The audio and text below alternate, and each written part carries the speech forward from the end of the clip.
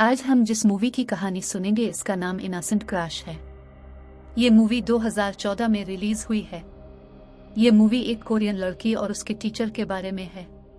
Movie के आगाज में हम जोनिकी नाम के स्पोर्ट्स टीचर को देखते हैं जो लड़कियों को स्विमिंग सिखा रहा होता है। कुछ लड़कियां प्रैक्टिस के लिए ऊपर स्लाइड्स पर चली जाती हैं, पर इनमें यंगवीन नाम की एक लड़की सबसे ऊपर वाली स्लाइड पर जाती है और नीचे पानी में छलांग लगा लेती है और काफी देर तक पानी के अंदर ही रहती है। इसका टीचर उसे बचाने के लिए पानी में छलांग लगाता है और उसको लेकर ऊपर आ जाता है। वो लड़की अपने टीचर को देखकर खुश हो जाती है। फिर जोनिकी अपनी स्विमिंग क्लास के बाद घर वापस आता है। वहां वो टेरेस पर खड़ा हैकर स्मोकिंग कर रहा था।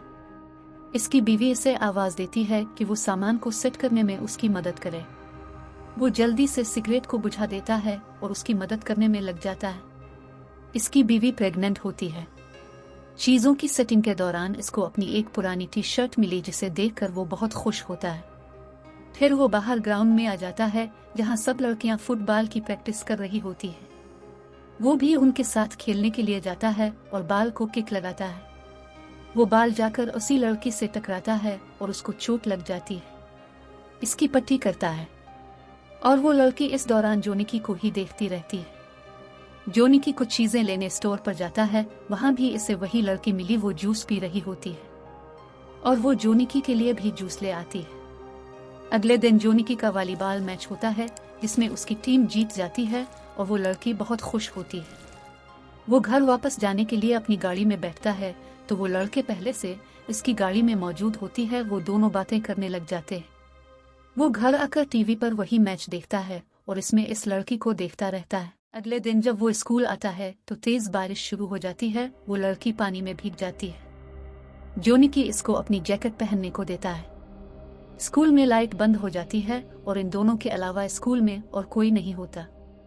इतने में सिक्योरिटी गार्ड आ जाता है तो जोनिकी इस लड़की के चेहरे पर हाथ रख देता है जिसकी वजह से वो बेहोश हो जाती है। वो उसे वहीं छोड़कर अपनी बीवी के साथ घर आ जाता है। इसकी बीवी इससे बात करती है पर उसका ध्यान इसी लड़की की तरफ होता है। वो रात को दोबारा स्कूल जाता है पर उसे वहां वो लड़की नहीं मिलती और उसका मोबाइल मिल जाता है। वो इसे अपने पास रख लेता है। अगले दिन वो स्कूल में इसको ढूंढ रहा होता है। वो बाकी लड़कियों से भी इसके बारे में पूछता है पर किसी ने इसको नहीं देखा होता। वो इसको तलाश करते हुए बाहर आता है तो लड़की सीढ़ियों पर से उसे आवाज देती है। वो इसकी तरफ देखता है और उसे मोबाइल वापस कर देता है। यहीं पर उनकी दोस्ती हो जाती है और वो दोनों इकट्ठे वक्त गुजारने लग जाते हैं। वो दोनों नेट पर एक दूसरे से बात भी करते हैं। इनकी बातें उसकी कुछ साथी लड़कियां स्कूल के कंप्यूटर में पढ़ लेती हैं और उनके बारे में सबको पता लग जाता है। स्कूल का प्रिंसिपल इन दोनों को समझाता है। इस पर वो लड़की जोनिकी से कहती है कि अब से वो मोबाइल पर ही बात करेंगे। वो लड़की जोनिकी को मैसेज करती है पर अब वो इससे बात नहीं करना चाहता। वो लड़की बहुत उदास हो जाती है। रात को जब उसकी बीवी सो जाती है तो वो इससे फोन पर बात करता है और गुस्सा करता है। आगे इसकी बीवी इसको उनके बेबी का रूम दिखाती है जिसे इस लड़की ने सेट किया होता है। फिर वो उनके साथ मिलकर खाना खाती है पर जोनिकी को ये सब कुछ अच्छा नहीं लगता। वो रात को सोता है तो वो लड़की इसके कमरे में आ जाती है। अगले दिन स्कूल में उसकी कोलीग जो उसकी बीवी की दोस्त भी होती है वो उसे समझाती है कि वो ऐसा ना करे। वो गुस्से में आकर ड्रिंक करता है और उसकी कोलीग ही इसको घर छोड़ने आती है और उसकी बीवी से कहती है कि वो इस पर नजर रखे। फिर वो लड़की इसकी बीवी के पास पढ़ने के लिए आती है। पढ़ने के दौरान वो इसकी रिंग देखती है जो इसको जोनिकी ने दी होती है और उसके हाथ से रिंग उतार कर खुद पहन लेती है। इतने में बाहर बेल होती है तो वो लड़की दरवाजा खोलने जाती है और जोनिकी के साथ चिपक कर अंदर आती है जो कि इसकी बीवी को जरा अच्छा नहीं लगता। वो लड़की इसके लिए पागल होती जा रही होती है।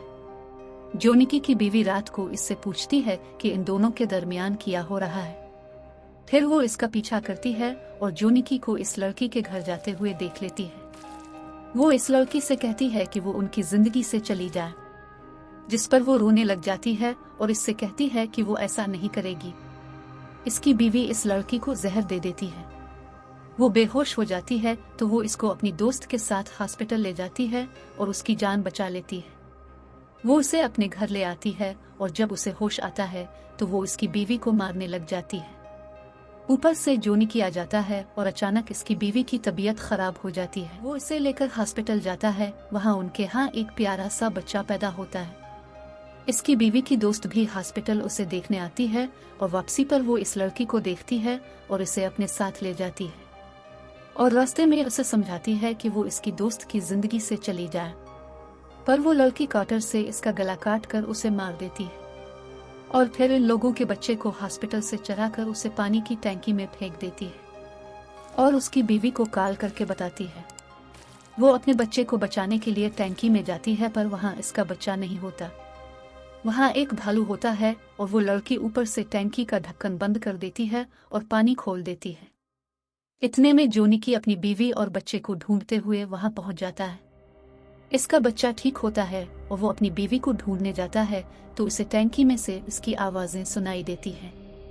तो वो वहाँ जाकर उसे बचा लेता है, पर वो लड़की छत से कूदकर अपनी जान दे देती है और जोनिकी भी इस लड़की से वाबस्ता सारी यादों को मिटा देता है। यहीं पर ये मूवी खत्म हो जाती है।